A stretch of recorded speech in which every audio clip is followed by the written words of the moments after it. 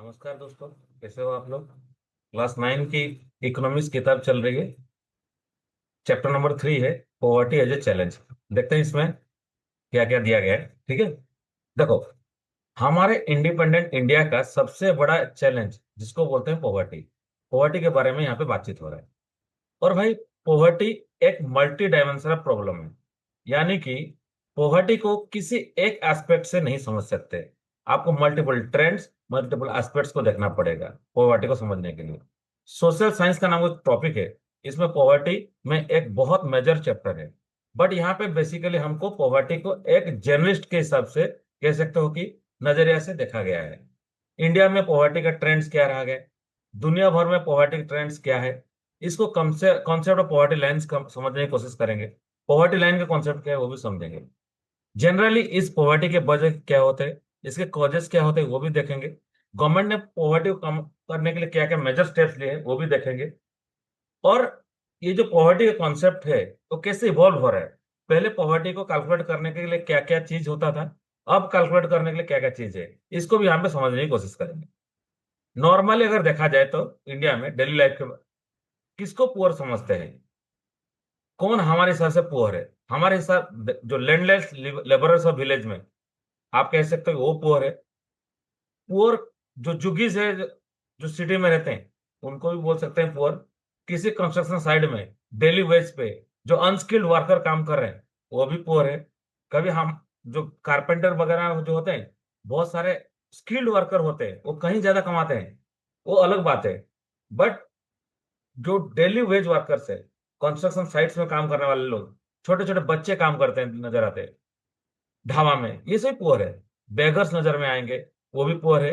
Beggars कभी कभी फटे पुराने कपड़े पहने हुए नजर में आएंगे, पैसे मांगने आते हैं, वो भी पुअर है। ये सब पुअर ही है। इंडिया में हर चौथा पर्सन पुअर है। 25% आबादी इंडिया में पुअर है। तो लगभग फिगर कितना निकल के है 2015-16 के हिसाब से? 15%। ठीक है, लगभग 27 करोड़ लोग। Single largest concentration of poor पूरे दुनिया में कहाँ पे? इंडिया में। इंडिया में पुअरनेस के हालात बहुत ज्यादा है, बुरे हैं। कुछ टिपिकल केसेस देखते हैं पुअर्टी की। एक अर्बन केसेस देखते हैं और एक रूरल केस देखते हैं। देखने से पहले वीडियो को लाइक बटन दबा दीजिए, शेयर कर लीजिए, मेरे तरफ बनाए गए और भी वीडियो को देखिए, और इससे ज्यादा मोटिवेशन मेरे को मिलेगा। अगर कुछ चाहिए तो मुझे मैसेज करें। ठीक है, आगे बढ़ते हैं। यहाँ पे दिया गया two type of typical cases of poverty. ठीक है, अर्बन केसेस में एग्जांपल ले रहे हैं राम शरण की। राम शरण जी एक 33 साल की डेली वेज लेबरर है। व्हीट मिल में काम करते हैं रांची में। यहाँ पे देखो राम शरण जी काम कर रहे हैं, दिखाई दे रहा है आपको। इसको उठा के गाड़ी में रखना, ये काम है राम शरण का। ठीक है भाई, कभी एम्प्लॉयमेंट मिला, कभी एम्प्लॉयमेंट नहीं मिला। मैक्सिमम एक महीने में 1,500 रुपये का, 3,500 रुपये कमाते हैं। और उनके 6 लोग की फैमिली है, जिसमें 4 बच्चे हैं। 6 महीने से लेकर 12 महीने तक, माने 1,500, 3,500 रुपये में अपना खर्चा निकालते हैं।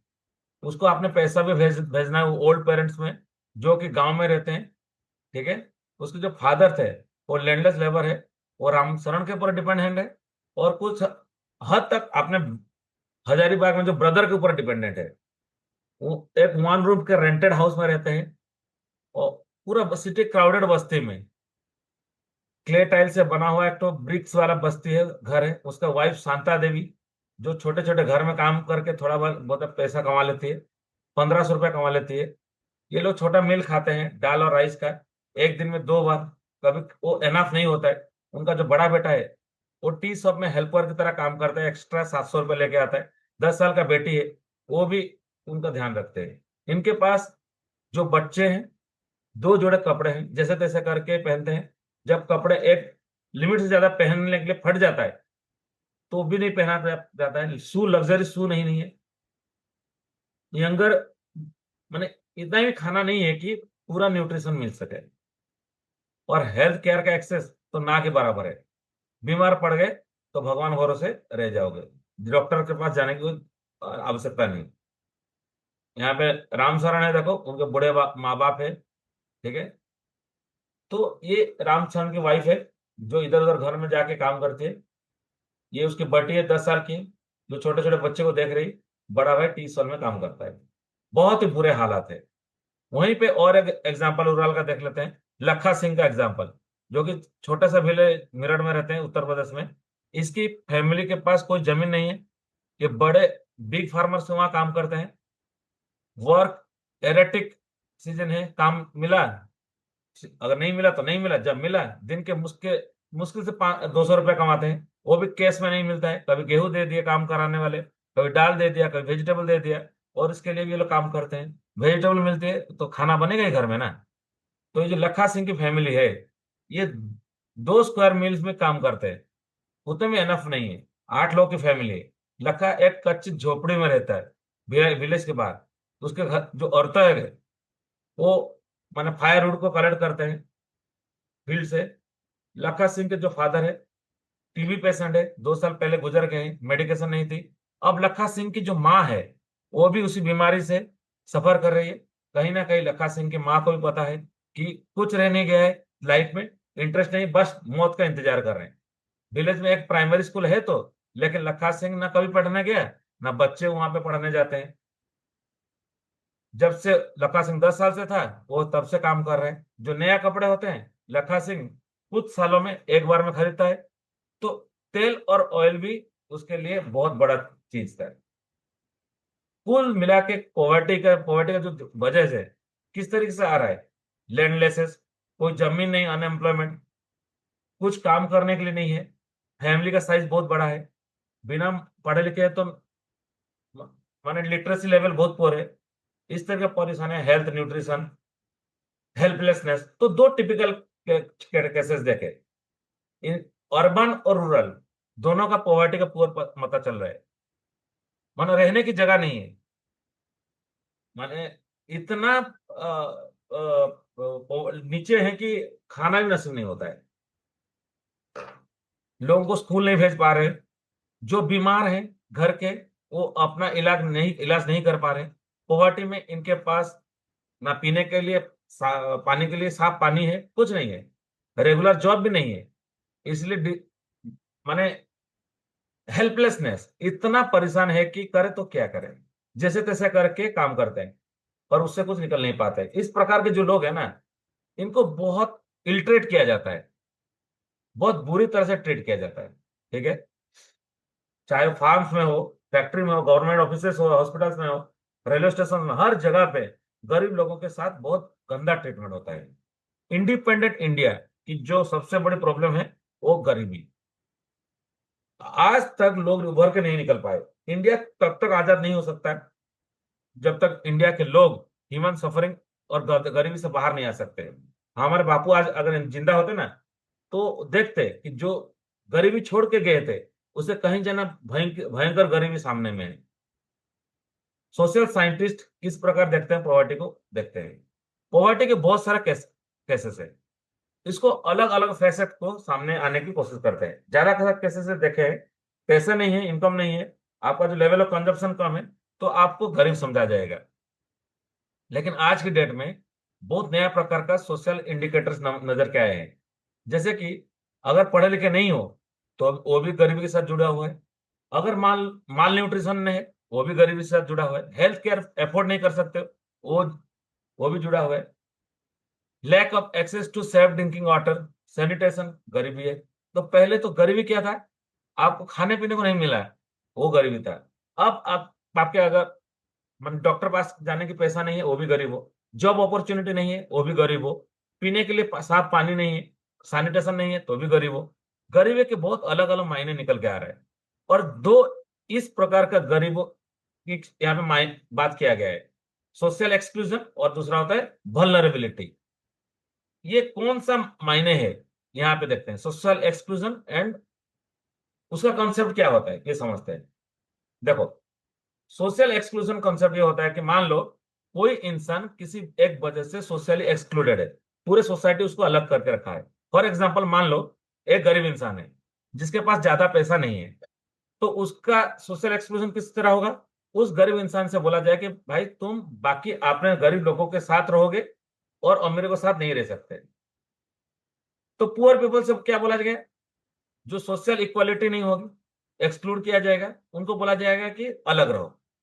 जैसे कि मैं समझाता हूँ, बॉम्बे दिल्ली जैसे शहरों में जो बिल्कुल पूरा पॉश इलाका है, ठीक है, उन पॉश इलाकों में एक टाउनशिप होगा, वहां पे मल्टी मिलियनर लोग रहते हैं, लेकिन वहां पे जो लोग हैं उनके घर में काम करने के लिए कुछ लोग चाहिए, ड्राइवर्स होंगे, हाउसकीपिंग होंगे। तो देखा होगा, ये जो लोग होते हैं ना, इन्हें घर में काम करने के लिए मेड्स होंगे, उनके लिए अलग क्वार्टर बनाया गया जाता है। तो ऑब्वियसली तुम अलग रहोगे।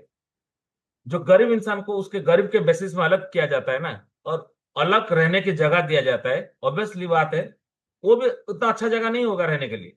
इस फेनोमेना का बोला जाता है सोशल एक्सक्लूजन। सोशल एक्सक्लूजन एक कॉज भी हो सकता है और कॉन्सिक्वेंस भी हो सकता है पॉवर्टी के लिए। सोशल एक्सक्लूजन की वजह से पॉवर्टी हो सकता है, और पॉवर्टी की वजह से सोशल एक्सक्लूजन हो सकता है।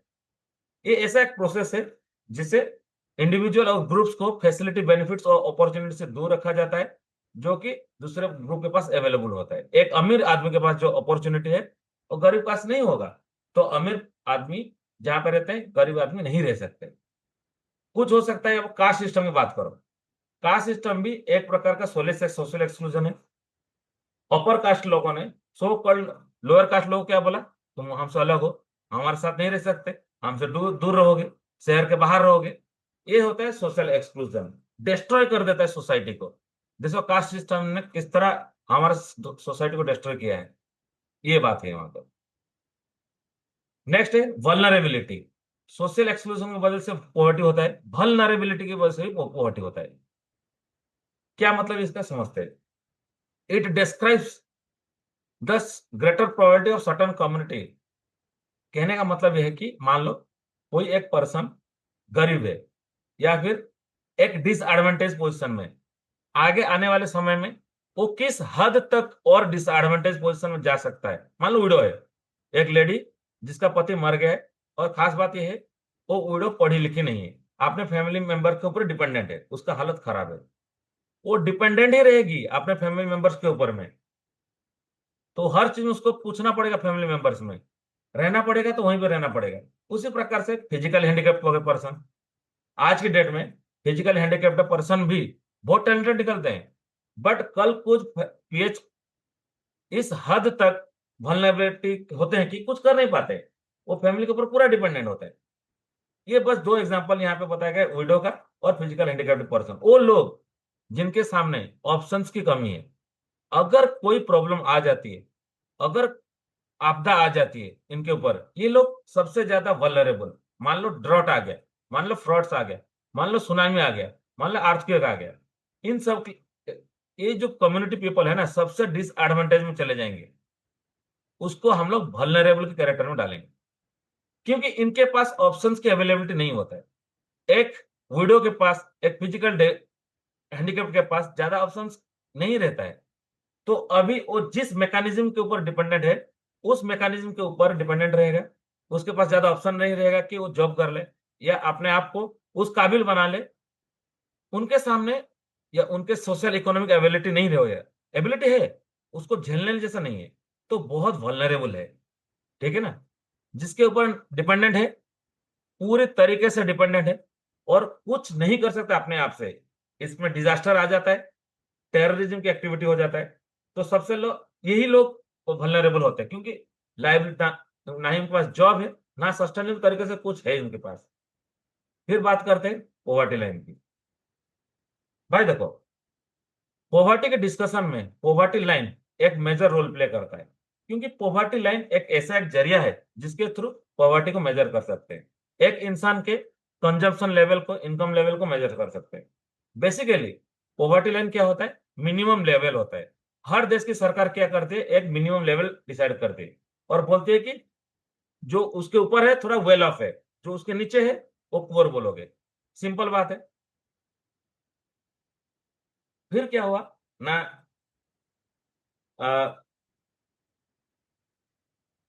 अलग अलग जगह पे अलग अलग तरीके से काम करते हैं। शहरों की पॉवर्टी लाइन अलग होता है, गांव की पॉवर्टी लाइन अलग होगा। शहरों में भी फिरोजाबाद का नाम एक शहर है, मुंबई का नाम का शहर से कंपेयर नहीं कर सकते, क्योंकि रहने का खर्चा अलग, बिल्कुल अलग है। आपको अमाउंट ऑफ खर्चा खत्म करना है बेसिक नीड्स को पूरा करने के लिए, वो अलग है। अलग अलग देशों में अलग अलग समय पे अलग अलग रूरल और अर्बन एरिया के हिसाब से जो पॉवर्टी की लाइन है वो अलग होते हैं। तो पॉवर्टी का लाइन समय के साथ और जगह के साथ बदलते हैं। हर देश के एक इमेजिनरी लाइन बना रखा है। उसके नीचे होते हैं बिल्कुल गरीब, उस लाइन के ऊपर है तो वेल ऑफ। यूएस में अगर एक इंडिया मान एक जन के पास अगर कार नहीं है तो गरीब है, बट इंडिया में कार है तो लग्जरी समझा जाता है। बट यूएस में कार नहीं तो भाई तुम गरीब हो। फिर आगे बात करते हैं, पॉवर्टी लाइन को डिसाइड करने में जो सबसे इंपॉर्टेंट फैक्टर माना जाता है वो है minimum level of food requirement. साथ साथ जो पहनते हो माने footwear, clothing, electricity, educational and medical needs, ये मिनिमम चीज है। सबसे इंपॉर्टेंट चीज है खाना। खाना और कपड़े पहनना एक ऐसा चीज है जिसके बिना आप नहीं रह सकते। नंगे तो नहीं घूम सकते, भूखे तो मर नहीं जाओगे, भूख के मर जाओगे। ये अमाउंट जो है तो चाहिए, थोड़ा मेडिकल एजुकेशन नीड चाहिए। ठीक है। इनके प्राइसेस को कंपेयर किया जाता है एक बास्केट के हिसाब से, और फिर पॉवर्टी लाइन को डिसाइड किया जाता है। फूड रिक्वायरमेंट बेसिक देखोगे, पॉवर्टी लाइन को डिसाइड करने की एक बड़ी ही कॉम्प्लेक्स मेथोडोलॉजी है। सब कम्युनिटी का अलग अलग होगा। जैसे for example overall poverty line को डिसाइड करने में फूड एक मेजर फैक्टर है। फूड के केस में क्या होता है देखते हैं। फूड की रिक्वायरमेंट होता है, पॉवर्टी लाइन को डिसाइड करने वक्त ये देखना पड़ेगा कि एक इंसान कितना फूड कंज्यूम करता है, और उस फूड की कंजप्शन को कैलोरी रिक्वायरमेंट के हिसाब से देखा जाता है। देखो, सीरियल्स है, पल्सेस है, इनसे सब कैलोरी मिलता है। अभी वो कैलोरी की रिक्वायरमेंट एज के हिसाब से वेरी करेगी, सेक्स के हिसाब से वेरी करेगी, आप किस हिसाब से काम करते हो उससे वेरी करेगा। एक पर्सन जो कि पत्थर तोड़ने वाली इंडस्ट्री में काम करता है, जो कोई कंप्यूटर के सामने माने काम करता है, दोनों कैलोरी अलग होगा। बेसिक कैलोरी रिक्वायरमेंट होता है जो इंडिकेटर बनाया गया है, जो ऐसा है कि भाई अगर आप रूरल इलाके में रहते हो पर डे 2400 कैलोरी की दरकार होता है। अगर आप अर्बन इलाके में रहते हो पर डे आपके शरीर को 2100 कैलोरी की रिक्वायरमेंट होता है। अब सोचो रूरल इलाका में कैलोरी कितना है, एक 2400, क्योंकि एज्यूम किया जाता है कि रूरल इलाके में ज्यादा काम करते हैं और अर्बन में फिजिकल वर्क थोड़ा कम होता है। अब देखते हैं कि मॉनेटरी एक्सपेंडिचर क्या आएगा पर कैपिटल इनकम। फूड को जब आप एज ए इनपुट मानोगे पॉवर्टी लाइन को डिसाइड करने में, तो ऑब्वियसली बात है फूड तो लोग खाएंगे। 2400 कैलोरी को रूरल इलाकों में खाने में, अर्बन इलाकों में 2100 कैलोरी को खाने में, खरीदने में कितना पैसा लगेगा, इस चीज को कैलकुलेट किया जाता है। तो भाई 2015 तक एक कैलकुलेट किया गया था, एक पर्सन जो रूरल इलाके में रहता है उसको 816 रुपया प्रति महीने चाहिए पॉवर्टी के ऊपर आने के लिए, वो पूरा खर्चा को पूरा करने के लिए। अर्बन में चाहिए 1000 रुपये। अब सोचो अर्बन में कैलोरी का कमी कम था, ठीक है, लेकिन अर्बन इलाकों में जो पॉवर्टी लाइन है वो डिसाइड की गई 1000 रुपये प्रति पर्सन पर महीना, और रूरल इलाके में 816 रुपये प्रति महीना। तो आप ये बोलोगे कि भाई कैलोरी रिक्वायरमेंट तो अलग है, अर्बन में कम अलग, अर्बन में खर्चा कम होना चाहिए। नहीं, अर्बन में नंबर ऑफ कैलोरीज की इक्विवेलेंट जो फूड ग्रेन्स खरीदने पैसा ज्यादा खर्चा होता है, क्योंकि अर्बन इलाका में महंगाई ज्यादा होता है और रूरल में महंगाई थोड़ा कम होता है। तो 2011-12 के डाटा के हिसाब से अगर तुम्हारे पास 5 मेंबर की एक एक फैमिली है, कम से कम 4080 रुपये चाहिए प्रति महीने, और अर्बन इलाका में 5000 रुपये चाहिए प्रति महीने। इस पॉवर्टी लाइन पे जो भी लेवल है इनको समय समय पे एडजस्ट किया जाता है, हर 5 साल में एडजस्ट होता है। उस सर्वे के बेसिस में होता है। इसको कौन कंडक्ट कराता है? नेशनल सर्वे, NSSO। फिर अलग अलग डेवलपिंग कंट्री ने इंटरनेशनल बॉडीज को कंपेयर करते रहती है। वर्ल्ड बैंक है डेवलपिंग कंट्री के लिए यूनिफॉर्म स्टैंडर्ड बनाए रखा है पॉवर्टी लाइन का, जो कि लमसम $1.90 पर पर्सन पर डे। वो 2011 में परचेजिंग पैरिटी के हिसाब से जो बेसिक रहने के लिए इंडिकेटर बना रखा है वो है वर्ल्ड बैंक ने डेवलप कंट्री के लिए $1.90। अब सॉरी, अब इसको कैलकुलेट करते हैं। जब इसको कैलकुलेट करेंगे ना, 1.90 इंटू 30 करो, कितना हुआ? $57। $57 को मल्टीप्लाई करो कि 2011 का जो रुपये का एक्सचेंज रेट था, बहुत फ्लक्चुएट कर रहा था, मान लो 50 मान लो, तो कितना निकल गए? 2850। एक पर्सन को पूरे महीने में खर्चा चलाने कितना चाहिए? 2850 रुपए। किसके हिसाब से? वर्ल्ड बैंक के हिसाब से। तो वर्ल्ड बैंक के हिसाब से एक पर्सन को 2011 में पूरे महीने का खर्चा चलाने के लिए कितना चाहिए? 2850 रुपए चाहिए। एक मैं बेसिक एस्टिमेट बताया, बट यहाँ पे कितना कैलकुलेट किया जा रहा है? यहाँ पे कैलकुलेट किया जा रहा है कि एक पर्सन को अर्बन इलाके में 1000 रुपया चाहिए। तो वर्ल्ड बैंक डिसाइड कर रहे 2850 रुपया, बट हमारा सरकार का बोल रही है 1000 रुपया। तो समझ सकते हो, कहीं ना कहीं हमारे सरकार ने फिगर रखा है पॉवर्टी लाइन के, वो बहुत नीचे रखा है। ठीक है ना? यहाँ पे मैं लेक्चर को खत्म कर रहा हूँ, फिर वीडियो को चालू रखेंगे नेक्स्ट क्लास में। Thank you for your patience, have a great day. Like जरूर करिएगा, शेयर करिएगा। Thank you.